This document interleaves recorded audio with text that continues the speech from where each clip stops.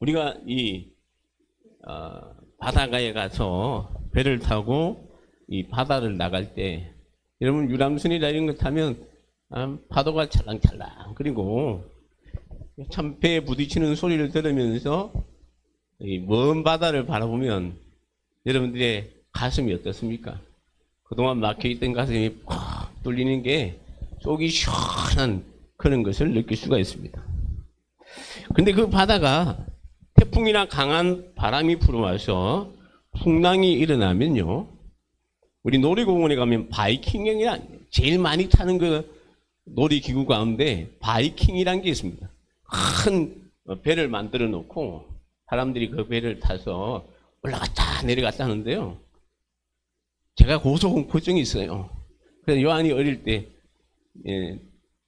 에버랜드 한번 갔더니 제일 먼저 간 곳이 어디냐면 바이킹 타는데요. 그래서 저보고 아빠 타러 가자 그러길래 나 겁이 나는데 그래서 뭐 겁이 나 가자 그래가지고 뭐 원래 거기 바이킹 타는데 보면 키 제한이 있어요. 왜냐하면 타게 되면 안전보호 장치를 이렇게 어깨에 매주기 때문에. 그래서 키가 그 당시에 110cm인가 그 정도 됐는데 요한이가 어리니까 1, 2cm가 모자래요. 그래서 그 직원들한테 우리 부모가 양옆에 이렇게 앉으니까 걱정 말고 보내달라 그랬더니 보내주더라고요. 그래서 타는데 탈 때 어떻게 타느냐, 이렇게 천천히 가는 것 같지만 이게 천천히 갔다가 이제 반발력으로 인해서 세게 간단 말이에요. 그때 어떻게 하느냐, 두 손을 높이 들고 호함을 지릅니다. 겁난다고 수그리면 더 어지럽다 그래요. 고개를 허리를 쭉 펴고 손을 높이 들고 호함을 질러요. 와 하고. 근데 처음에는 소리가 기분 좋아가지고 와 하죠. 근데 얼마나 빠른지 진짜 이 안전바를 안 해놓으면 붕 날아가서 떨어질 것 같아요. 엉덩이가 덜썩한 게. 그러면 갑자기 싹 내려가면요, 와! 근데 얘는 바이킹은 앞으로만 왔다 갔다 해요. 근데 태풍이 불면 앞으로만 왔다 갔다 합니까? 옆으로도 왔다 갔다 하고 이렇게 되는 거예요. 우리가 그것을 안 만나봐서 그렇지, 제가 이 설교 준비하면서 과거에 이 원양어선 탔던 장로님이 계세요. 그래서 며칠 전, 그저께 내가 전화를 드렸어요. 장로님, 내가 오늘 설교 준비하다가 장로님이 원양어선 타셨다고, 선장을 하셨다고 하는데 그때 태풍이 오면 어떻게 합니까? 물었어요. 그러니까 장로님이 3, 40년 전에 이제, 지금은 70이 넘으셨으니까 3, 40년 전에 이제 하실 때는 그랬대요.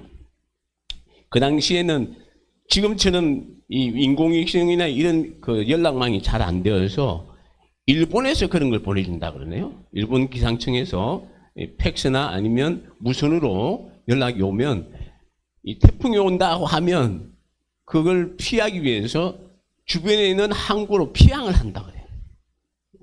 태풍이 지나갈 때까지 그 항구에 피항을 했다가 지나간다 그래요. 근데 요즘은 인공위성이 잘 발달이 돼가지고 기상 예측이 거의 90% 이상이 됩니다. 근데 기상청에 있는 분들도 그래요.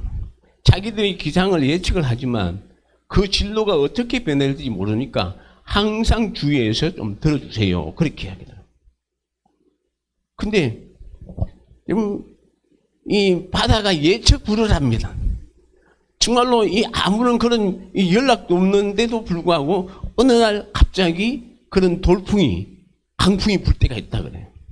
그러면 이 기관부에 있는 사람들한테 빨리 이제 엔진을 막 가속으로 돌려가지고 그 위험지역을 빠져나오든지, 만약에 빠져나오지 못하고 그게 있다, 만약에 태풍에 휩쓸리다 보면 어떻게 되느냐? 할 게 없대요. 선장이 키를 돌려서 뭐 돌리는 것도 아니고 엔진부에서 엔진을 빨리 돌린다 해도 갈 수가 없답니다. 그때는 어떻게 하느냐? 그냥 태풍에, 그냥 풍랑에 바뀐다 그래. 그러면 이제 제가 옛날에 들었던 기억이 나가지고, 그러면 이 태풍이 막 불고 막 요동치면 어디 사람이 이렇게 흔들리고 이렇게 위험하니까 혹시 그러면 이렇게 어디 이제 돛대라 주변에 있는 것에 좀 자기 몸을 묵습니까? 그랬더니 옛날에는 그런지 몰라도 요즘은 그 배에 자기 침실이 있고 이제 침대가 있다 그래요. 그 침대 밑에 사람 하나 들어갈 정도의 그런 누울 수 있는 그런 조치가 돼 있답니다. 그래서 그런 풍랑이 오면 그 속에 들어가서 있다 그래요. 왜냐하면 거기서 어떤 물건을 가지고 해서 뭐 움직이다든지 이러다 보면 그 요동치는 것 때문에 흔들려 가지고 부딪혀서 크게 상처를 입든지 아니면 잘못해서 튕겨 나가서 바다에 빠지는 수가 있다 그래요. 그러니까 풍랑이 오면 자기 힘으로 할 수 없으면 뭘 한다?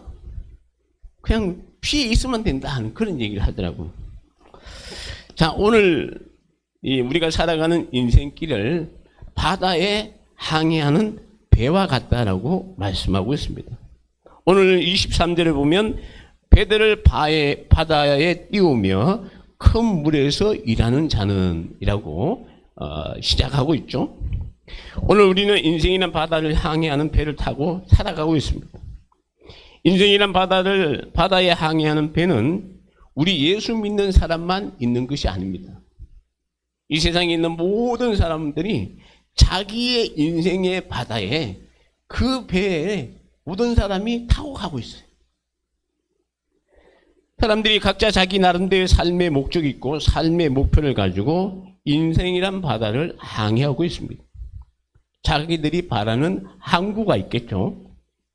여러분, 어떤 사람들은 학자가 되어서 학문을 연구하고 또 후학을 잘 가르치고 싶은 사람이 있고 또 어떤 사람은 정치가가 되어서 국민을 섬기고 나라를 바르게 이끌고 그렇게 하는 사람들, 그리고 나라와 국민을 섬기고자 공직자가 된 사람도 있고 또 어떤 사람은 사업가로서 어떤 사람은 과학자 등 많은 사람들이 각자의 목표가 있을 겁니다.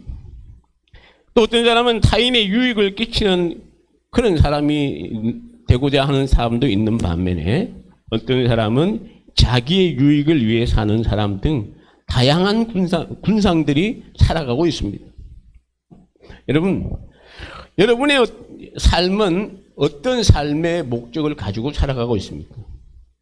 여러분의 삶의 목표는 무엇입니까? 저의 삶의 목적은요, 딱 한 가지입니다. 먹든지 마시든지 무엇을 하든지 다 하나님의 영광을 위해서 하라. 이게 저의 삶의 목적입니다. 제 삶의 목표는 주님이 예비하신 천국에 가서 주님이 주신 상급을 받고 주님을 찬양하며 또 영원토록 영화롭게 주님을 영화롭게 하며 사는 것이 저의 삶의 목표입니다. 또한 제가 섬기는 우리 모든 성도들과 함께 주님 앞에 상급을 받고 영원토록 주님을 영화롭게 하는 것이 저의 목표입니다. 왜 그런지 아십니까? 여러분들의 삶의 목표가 오직 하나님의 영광을 위해서 살아가고 정말로 천국을 우리에게 주신 그 나라를 바라보며 살아가게 된다면 오늘 하루하루 살아가는 여러분의 있는 그 처소에서 삶이 내가 살아가는 것이 하나님의 영광을 위해서 살아가는구나. 내가 살아가는 것이 천국에 주님이 주신 그 예비하신 상급을 바라보면서 살아가고 있구나. 이렇게 생각이 된다면 여러분들이 어떤 형편과 어떤 처지에 있더라도 주님이 주시는 그 기쁨을 누리며 살아가게 될 줄 믿습니다. 믿습니까, 여러분? 지금 내가 당하고 있는 그 환경이 어렵고 정말 오늘 말씀처럼 강풍 속에 부는 바다 위에 떠 있는 배와 같은 그런 인생이 될지라도 여러분, 우리가 알아야 될 것은 그런 이 강풍을 일으키는 사람이 누구냐? 여러분이 당하고 있는 그 어려움이 누구 때문에 왔느냐? 어떤 사람은 자책을 합니다. 나 때문에 그래. 또 아니면 다른 사람을 탓합니다.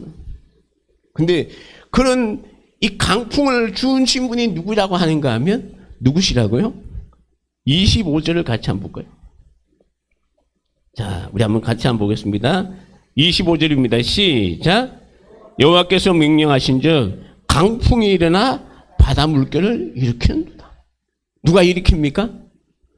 강풍을 하나님께서 내가 살아가는 인생길에 강풍을 일으킨대요. 근데 그 강풍이 나만 당하는 게 아니고 이 땅에 살아가고 있는 믿는 사람이나 안 믿는 사람이나 똑같이 당해요.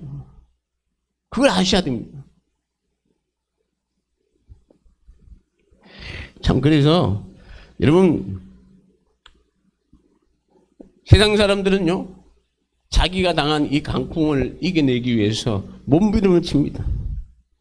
아무 의미 없는 신들의 이름을 부르면서 도와달라고 하기도 하고, 그리고 만약 그 위기를 극복하게 되면 자기의 노력 또는 아니면 주변 사람이 도움 때문에, 심지어 어떤 사람은 운이 좋아서 이렇게 내가 이 위기를 벗어났다 하고 좋아합니다.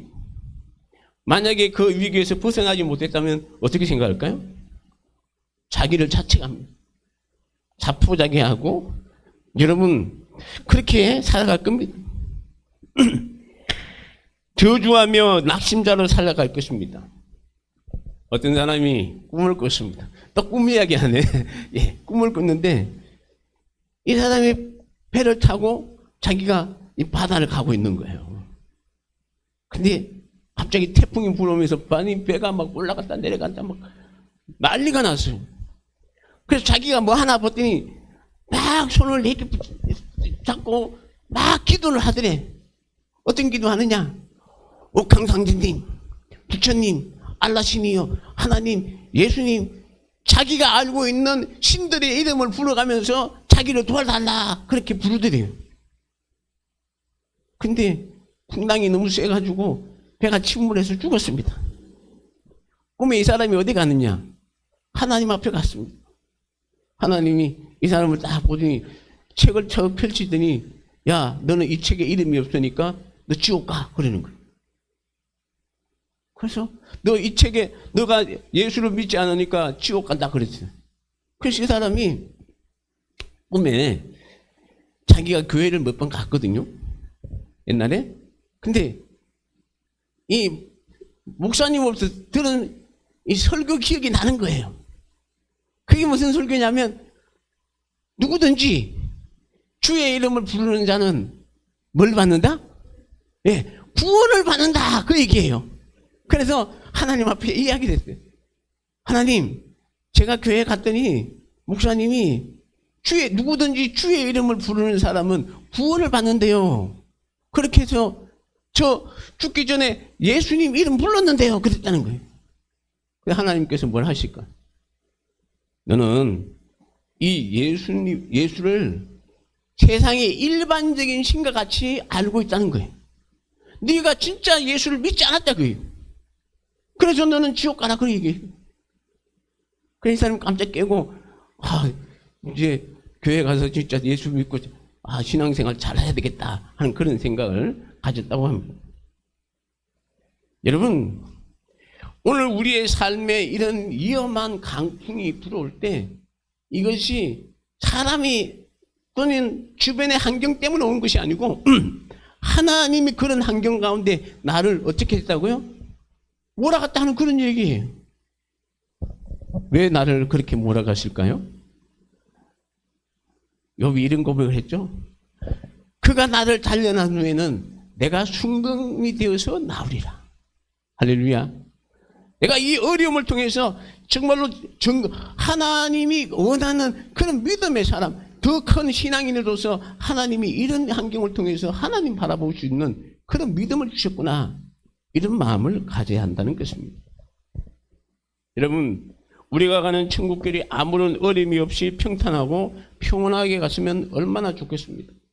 근데 그 길에 하나님께서 강풍을 일으켜서 바다를 치니 바다가 요동을 치고 이런, 그때 진짜 바이킹 탈 때 이 제일 끝에 타는 게 제일 무섭다 그래요. 첫째는. 그리고 또 하나는 양옆에 이렇게 타면 무섭다 그래요. 그는 가운데 타면 조금, 가운데 있으면 좀 덜 무섭다 그래. 그래서 저는 가운데 탔어요. 좀 무서워서. 그런데도 무서워요.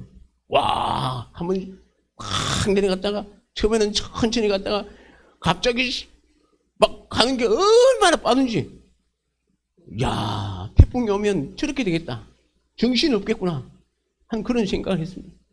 혹시 우리 가운데 그런 분 있습니까? 지금 목사님 정신이 없습니다. 근데 오늘 우리가 이 말씀을 한번 자세히 한번 생각해 보자 하는 그런 얘기죠. 자, 먼저 오늘 지금 내 환경이 어디 있는가를 한번 살펴봐야 됩니다. 우리가 살아가는 삶에 두 가지 삶이 있어요. 하나는 기쁨의 삶, 평온한 삶, 그런 삶이 있어요. 근데 사람이 살아가는데 그렇게만 살아갑니까? 아니에요. 기쁨이 있다면 슬픔도 따라오게 되어 있습니다. 그래서 전도서에 보면 하나님께서 이 기뻐하는 시기 또 공고한 시기 이 두 가지를 우리에게 병행해서 같이 줍니다. 왜? 우리가 장래일을 알지 못하기 위해서.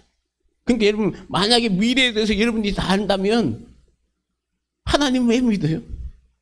우리가 모르잖아요. 미래에 어떤 일이 일어날지 우리가 모르잖아요. 그러니까 하나님 앞에 도움을 구하고 하나님 나를 도와달라 우리가 부르짖는 거예요. 여러분 내가 가는 이 바다에 큰 강풍이 들어와서 내 배가 솟구치고 있습니까?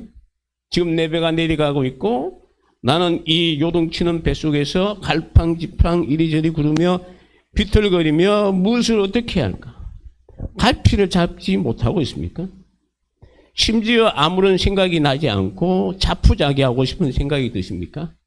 이럴 때 딱 하나 기억할 것은 조금 전에도 말씀을 드렸지만 이런 강풍을 불어주신 분이 누구시냐? 누구시라고요? 나에게 이런 어려움을 주신 분이 누구시라고요? 하나님이. 여러분 하나님께서 우리에게 그런 어려움을 주셨으면 그 어려움을 해체할 수 있는 그 길도 하나님은 우리에게 준비하고 있다는 것을 믿으시기 바랍니다. 그러니까 우리는 그걸 모르잖아요. 그래서 좌절하는 겁니다. 또 하나는 이 위기를 주셨다면 그것을 해주게 해주신 분이 하나님인 것을 믿어야 하는 거죠. 왜냐하면 하나님은 죽이기도 하시지만 살리기도 하시는 분이에요. 나를 낮추기도 하지만 나를 높이기도 하시죠. 나를 가난하게도 하시지만 나를 부하게 하시는 분이 누구시냐? 하나님이시라는 것을 우리는 알아야 됩니다. 그렇다면 이 위기에서 우리가 해야 될 게 뭐냐? 이런 위기 있을 때 내가 해야 될 게 뭐냐? 오늘 성경이 그걸 제시해 주고 있는 겁니다.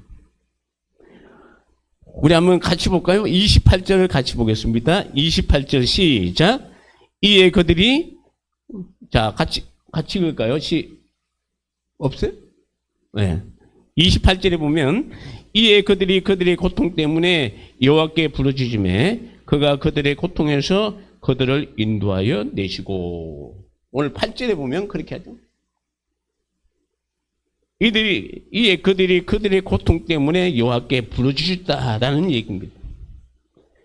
여러분, 여기서 우리가 주님과 함께하는 사람이라면 주님의 약속을 믿고 믿음으로 구해야 한다는 것입니다. 우리가 이스라엘 성지순례 가면 제일 많이 가는 곳이 중에 하나가 갈릴리 호수라고 합니다. 이스라엘의 북쪽에 있는 그 갈릴리 호수 주변에서 예수님이 가장 많은 사역을 하셨고 가장 많은 기적들을 일으키신 곳입니다.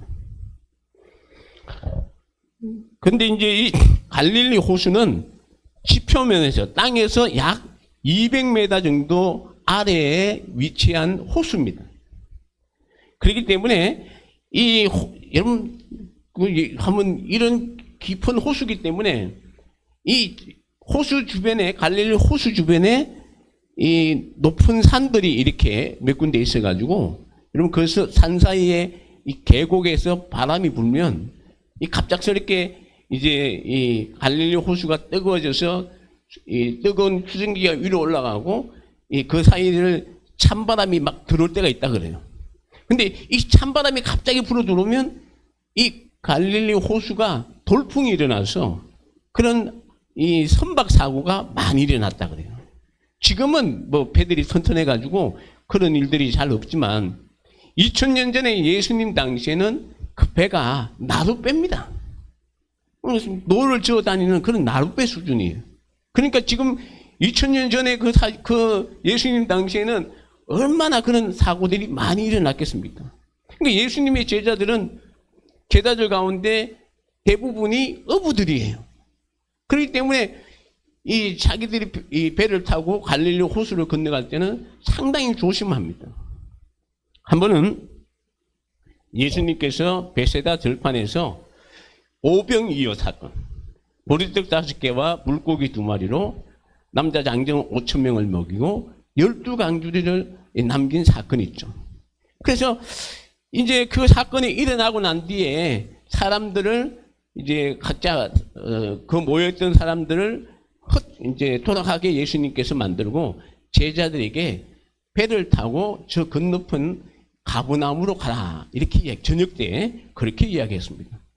그래서 이제 제자들이 예수님의 말씀을 따라 이 배를 타고 가버나움으로 가고 있고 또 예수님은 그 밤에 이제 산에 올라가서 기도하고 있는데 이들이 배를 타고 한 10여리 한 4, 5km 정도 갔을 때 갑자기 호수에서 바람이 불고 난리가 난 거예요. 한밤중에. 근데 예수님이 기도하시다가 그걸 아신 거예요. 지금 이 바다에, 이 호수에 제자들이 배를 타고 가고 있다는 것을 아시니까 그 위기에 있는 처해 있는 제자들을 구하기 위해서 예수님이 다급하게 무리로 막 걸어가신 거예요. 그래서 이제 제자들이 막 바람이 불고 하니까 배가 막 이제 거의 전복할 위기에 있으니까 제자들이 우왕좌왕하고 야 이거 어떡하냐고 막 이러고 있는데 갑자기 한밤중에 오밤중에 누가 바다 위로 누가 걸어오니까 얼마나 놀라겠습니까? 여러분 사람이 바다 위로 걸어온다 그러면 사람이 아니라 누구죠? 귀신이고 유령이에요. 그래서 제자들이 배를 타고 가다가 그 모습을 보고 유령이다 하고 귀신이다 하고 막 놀래서 막 우왕좌왕 있을 때 예수님이 그러신 거예요. 나다. 두려워하지 말아라. 그랬어요. 그랬더니 그 소리를 듣고 베드로가 이런 얘기합니다. 주여 만일 주시거든 나를 명하여 무리로 걸어오라 하소서. 그랬더니 예수님이 오라고 해요. 컴온. 그랬더니 베드로가 주님 이래 보니까 주님이 오라고 하시니까 그 말씀을 듣고 배에서 내린 거예요. 여러분 우리가 생각하는 배는 큰 배이기 때문에 푹 뛰내린 게 아니고 이 나룻배 수준이기 때문에 바로 가면 물이에요. 그러니까 베드로가 이렇게 물을 발을 딱 디딛고 주님 바라보고 가는 거예요. 주님이 오라고 하시니까. 근데 베드로가 서 있는 곳이 어디입니까? 베드로가 서 있는 곳이 어디예요? 물이에요. 물이.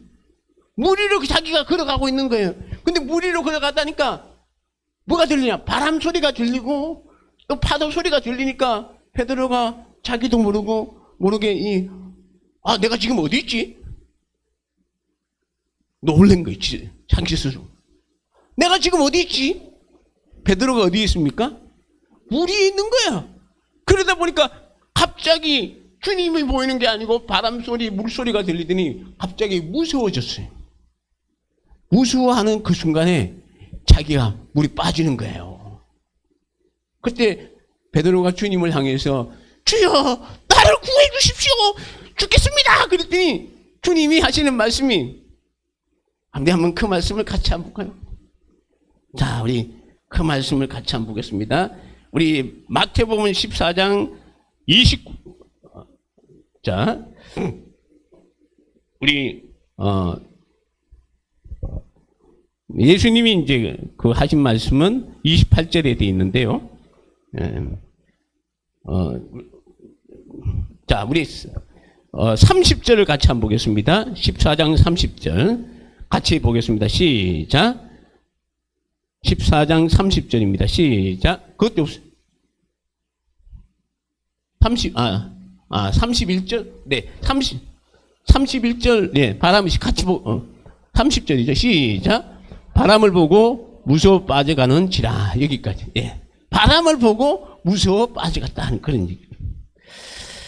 자, 여러분, 우리가 예수님께서 즉시 이제 구해달라는 베드로의 말을 듣고 손을 이렇게 잡고 예수님이 그랬거든요. 믿음이 작은 자여 왜 의심하였느냐. 여러분, 베드로가 무리를 걸을 수 있는 이유가 무엇입니까? 베드로가 무리를 걸을 수 있는 이유는 딱 한 가지. 주님의 말씀에 순종하고 주님을 바라보고 갔다는 것입니다. 따라합시다. 주님의 말씀에 순종하고 주님을 바라보고 나가자. 믿습니까? 베드로가 주님이 하신 말씀이 뭐예요? Come on! 여기 와! 그 말씀을 순종하고 디디고 주님, 베드로가 물 보고 갔을까요? 주님 보고 간 거예요. 그러니까 이루어지는 거예요. 여러분, 마태복음 14장 29절에 보면 베드로가 주님의 말씀에 순종했을 때 무리로 걷는 역사가 일어났다는 겁니다. 시선이란 복음성가가 있습니다. 그 곡에는 이렇습니다. 내게로부터 눈을 들어 주를 보기 시작할 때 주의 일을 보겠네. 내 작은 마음 돌이키사 하늘에 꿈꾸게 하네. 주님을 볼 때 모든 시선을 주님께 드리고 살아계신 하나님을 느낄 때 내 삶은 주의 역사가 되고 하나님이 일하기 시작하네. 여러분들의 시선을 주님께 향할 때 주님을 볼 때 역사가 일어나는 거예요. 믿습니까? 여러분들이 주님을 바라볼 때 주님이 역사하시는 거예요. 그걸 주님을 바라보시기 바랍니다. 그럴 때 역사가 일어난다는 그런 얘기죠. 베드로가 주님을 온전히 믿었다는 것입니다. 사랑하는 우리 성도 여러분, 주님을 바라보십시오. 주님이 무슨 말씀을 하시든지 그 말씀에 순종하십시오. 그럴 때 하나님이 역사하시는 거예요. 여러분, 우리가 아무리 노력을 해도 하나님의 열심을 따라갈 수가 없습니다. 하나님이 나를 향해서 열심을 내시고 이루신다고 하시면 그것은 이루시는 것이지, 우리는 낙심하지 말고 누구를 바라보나? 누구를 바라보나? 주님 바라보는 거예요. 주님 바라보고 나갈 때 역사가 일어난다는 것입니다. 근데 베드로는 주님을 볼 때는 역사가 일어나는데 환경을 볼 때는 무너진다는 그런 얘기예요. 여러분, 내가 무리에 서 있다. 얼마나 하면 주님 볼 때는 그거 신경 안 쓰는데 갑자기 바람 소리가 들리고 파도 소리가 들리고 여러분 물결을 철렁철렁하는 소리를 들을 때 내가 지금 어디 있지? 주변 환경을 보면 빠져들어갈 수밖에 없다는 겁니다. 여러분, 아무리 주변 환경이 힘들고 어려워도 주님 바라보고 믿음으로 달려나가면 그것을 이루시는 분은 하나님, 주님이신 줄 믿고 주님의 그 역사를 우리가 바라봐야 한다는 것이죠. 여러분, 왜 그렇습니까? 주님은 이 세상을 창조하신 하나님이십니다. 사랑하는 성도 여러분, 우리의 시선이 주님을 향할 때 주님이 하신 일을 볼 것입니다. 여러분들이 주님께 부르짖으면 주님의 역사가 일어난다라고 말씀하십니다. 그렇다면 꼭 기억하십시오. 의심하지 마십시오. 여러분, 의심하지 마십시오. 하나님은 살아계시고 하나님은 내 삶의 모든 것을 주관하신 분을 믿는다면 좋은 일만 있는 거 그것만 믿으실래요? 여러분, 좋은 일만 나에게 일어난 그것 때만 하나님 믿으실 거예요? 내가 당하고 있는 이 어려움도 하나님이 주셨다. 그러면 내가 할 일이 뭐냐? 주님 바라보면서 주님 의지하면서 오늘 주신 말씀처럼 이 고통 가운데 주님을 향해서 기도할 때 주님이 역사하시는 거예요. 믿습니까?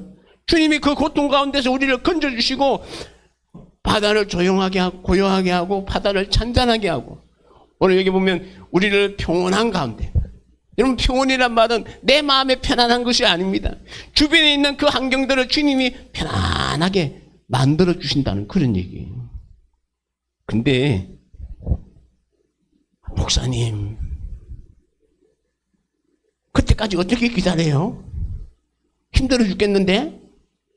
그래도요, 여러분들, 저는 그런 생각을 해봤어요. 현재 당하고 있는 내 어려움이 지금은 내게 가장 죽을 것 같이 보이지만 여러분들의 삶을 돌아보십시오. 여러분들의 삶 가운데 그런 풍랑이 없을 때가 없나요? 있었습니다. 근데 그 당시에는 그때 생각하면 그때 내가 가장 죽을 것 같아. 근데 참 하나님께서 도와주셔가지고 해결되겠어요. 근데 지금 당하는 이 어려움, 목사님, 그거는 옛날 것보다 더 큰 것 같아요. 맞습니다. 지금 당하는 게 가장 커 보여요. 그러나 지금도 그것을 해결할 수 있는 비결은 과거에 내가 겪었던 그 위기를 벗어났을 때 여러분들이 한 것을 기억해 보십시오. 그럴 때마다 여러분들 뭐였습니까? 정말로 주님 온전히 믿으면서 기도하고 발부둥 금식하며 정말로 하나님 앞에 나와서 간구하며 기도할 때 하나님께서 정말 누구의 손길을 통해든지 아니면 어떤 기적을 통해서도 이렇게 베풀어 주시지 않습니까? 믿습니까, 여러분? 여러분, 우리는 그걸 기억해야 한다는 거예요. 성경에 보면 저는 이 모세를 보면 참 그 생각이 들어요. 나이 80에 이 처가살이 하던 모세를 하나님이 이스라엘 백성들의 종살이 하던, 애굽에서 종살이 하던 이스라엘 백성들의 영도자로 보냅니다. 모세가 어디 간지 아십니까? 모세는 격동의 바다로 들어간 거예요. 자기의 삶, 그래도 뭐 하루 그냥 밥만 벌었고 그냥 아무런 소망 없는 삶이었지만, 그러나 하나님께서 그를 격동의 바다로 집어넣은 거예요. 그래서 여러분, 모세가 40년의 그 인생을 보면 얼마나 고단과 고통과 괴로움이 있었는지 모릅니다. 여러분, 40년 동안 모세가 편안하게 생각하는 줄 아십니까? 백성들이 조금만 어려우면 모세한테 나와가지고 모세 보고 왜 우리를 먹을 것도 안 주고 우리가 죽을 곳이 없어서 이런 곳에서 죽게 만드냐고 막 원망하고 불평할 때 한두 명이 아니잖아요. 남자 장정만 60만 명, 자그마치 어린아이까지 다 합치면 250만 명, 거의 300만 명이 되는 큰 무리들이 모든 사람들이 한결같이 모세를 향해서 원망하는 거예요. 그 소리 모세가 얼마나 가슴이 아프겠습니까? 근데 모세는요, 그런 소리 한결같이 뭐 했느냐? 그들을 향해서 원망하고 불평한 게 아니고 하나님 앞에 기도했다는 것입니다. 믿습니까, 여러분? 그런 고통 가운데 기도했더니 하나님께서 열어주신 거예요. 여러분, 한번 보십시오. 모세가 이스라엘 백성들을 이끌고 이 애굽에서 나올 때 제일 먼저 맞닥뜨린 게 뭡니까? 홍해바다 아니에요. 뒤에는 애굽의 군사들이 따라오고 홍해바다가 막혀서 건너갈 수가 없습니다. 백성들이 원망합니다. 우리를 죽일 데가 없어서 우리를 수장시키려고 이곳에 데려왔느냐? 모세가 그 소리를 듣고 하나님 앞에 기도했더니 하나님께서 뭘 하십니까? 모세야, 왜 두려워하느냐? 네 손에 뭐 들고 있는 지팡이입니다. 지팡이를 들어라. 그리고 손을 내밀어. 그러면 내가 저 바다를 갈라서 너희들이 건널 수 있는 육지같이 만들어 주리라. 할렐루야. 믿습니까, 여러분? 하나님이 그거 하신 분이에요. 이스라엘 백성들 광야에 갔을 때 여러분, 그 많은 사람들이 하루아침에 먹어야 될 그 음식이 어디서 납니까? 여러분, 광야라는 곳은 이 농사 지을 수 있는 그런 땅이 아니에요. 지을 수 있는 그런 여건도 안 되고. 왜? 근데 그 250만 명, 거의 300만 명 되는 사람들이 이제 먹을 것이 없어요. 그때 모세 보고 또 원망하잖아요. 우리 먹을 거 안 주고 굶어 죽게 만드느냐? 그러니까 모세가 또 어떻게 합니까? 하나님, 저들을 어떻게 합니까? 굶어 죽는다고 나한테 난리를 피운대요. 그랬더니 하나님께서 뭘 하셨죠? 야, 아침에 해 뜨기 전에 들판에 나가봐. 그러면 내가 너희들 먹을 수 있는 것을 줄게. 만나. 그리고 꼭 해가 뜨기 전에 나가야 돼. 해가 뜨면 그것은 사라질 거야. 그렇게 해서 40년의 그 강약일 한 번도 빠지지 않고 하나님께서 만나러 이스라엘 백성들을 먹여주셨습니다. 믿습니까, 여러분? 그분입니까? 고기 없다고 하니, 아이고, 이거 먹고 배가 고파서 어떻게 살아? 고기도 안 주고, 그랬더니, 하나님 앞에 기도했더니, 야, 내가 내일 고기 줄게, 그랬어요. 하나님께. 그랬더니 모세가 뭘 하죠? 하나님, 한두 명도 아니고, 이 많은 사람들에게 어떻게 해서 고기를 다 먹일 수가 있겠습니까? 그랬더니, 야, 하나님께서 내가 하는 일을 봐라. 하루가 아니고 30일 동안 먹을 걸 줄게. 그래가지고 여러분, 그 다음날 아침 됐더니 동풍이 싹 불더니 뭐가 날라왔어요? 메추라기. 그렇지. 우리 근사님들 잘하네. 메추라기가 날라와가지고 여러분 정말로 이 이스라엘 백성들 배 터지게 30일 동안 먹었습니다. 여러분 가는데 물이 없어요. 또 이스라엘 백성들이 물 없다고 목말라 죽겠다고 난리를 피웁니다. 그랬더니 하나님께서 모세 보고, 야 모세야, 저 바위 있지? 바위 네가 쳐. 네 지팡이로 쳐. 그랬더니 모세가 지팡이로 바위를 쳤더니 바위가 갈라지면서 거기서 뭐가 나와요? 물이 나와서 백성들이 먹고 살았어요. 여러분, 우리 하나님 그러신 분입니다. 우리 성경에 있는, 우리 성경이 하나님의 말씀인 줄 여러분들이 믿으시면 여러분들이 살아가는 인생길에 오늘 보십시오. 고통 가운데 부르짖을 때 하나님께서 그 고통을 이길 수 있는 힘을 주시고 형통한 길로 인도해 주셨다라고 말씀하고 있습니다. 또 하나 한 인물이 있는데요. 남유다의 히스기야 왕 때 아수르 왕 사네립이 대군을 이끌고 쳐들어왔습니다. 여러분, 이 이스라엘은 남북이 나누어져 가지고 이 북쪽 이스라엘이 아수르란 나라에 의해서 멸망을 당했어요. 그래가지고 이 아수르가 점점 남으로 쳐들어오면서 남유다를 멸망시키려고 이 대군을 이끌고 온 거예요. 그랬더니 히스기야 왕이 그 군사들을 보고 어이가 없고 넋이 나간 거예요.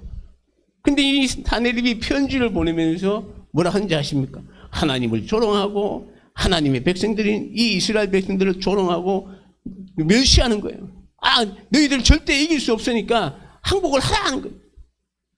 근데 히스기야가 그 편지를 들고 하나님의 성전에 올라갑니다.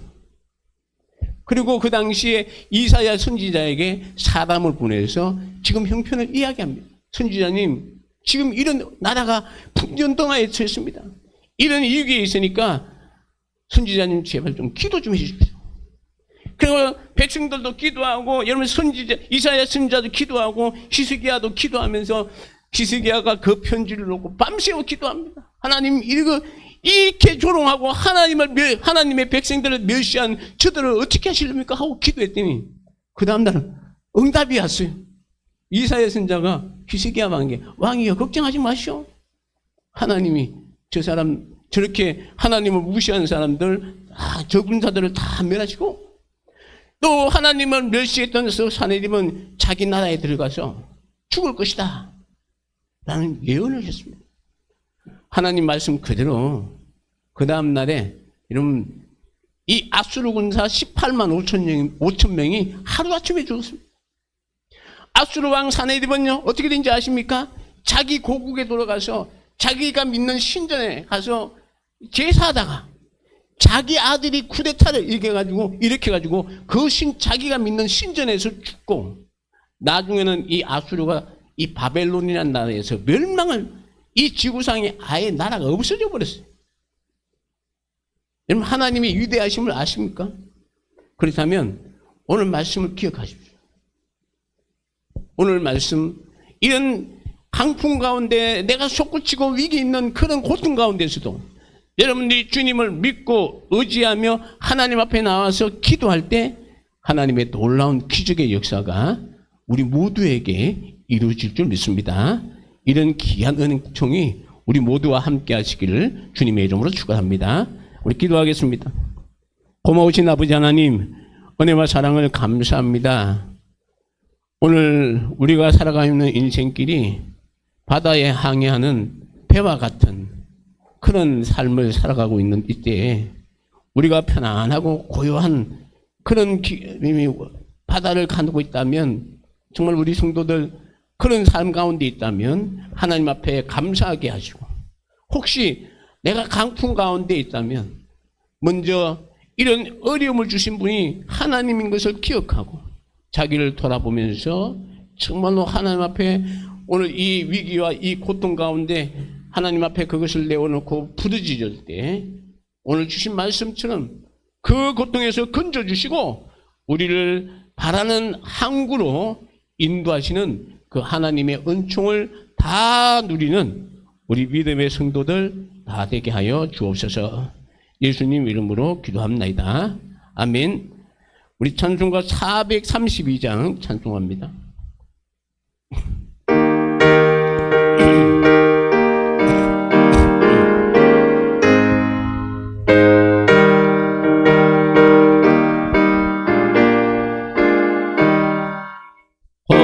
물결이 설레는 어두운 바다, 저등대의 불빛도 희미한데 깊은 낙에 배져 항해하니 이 작은 배 사고는 주님이라.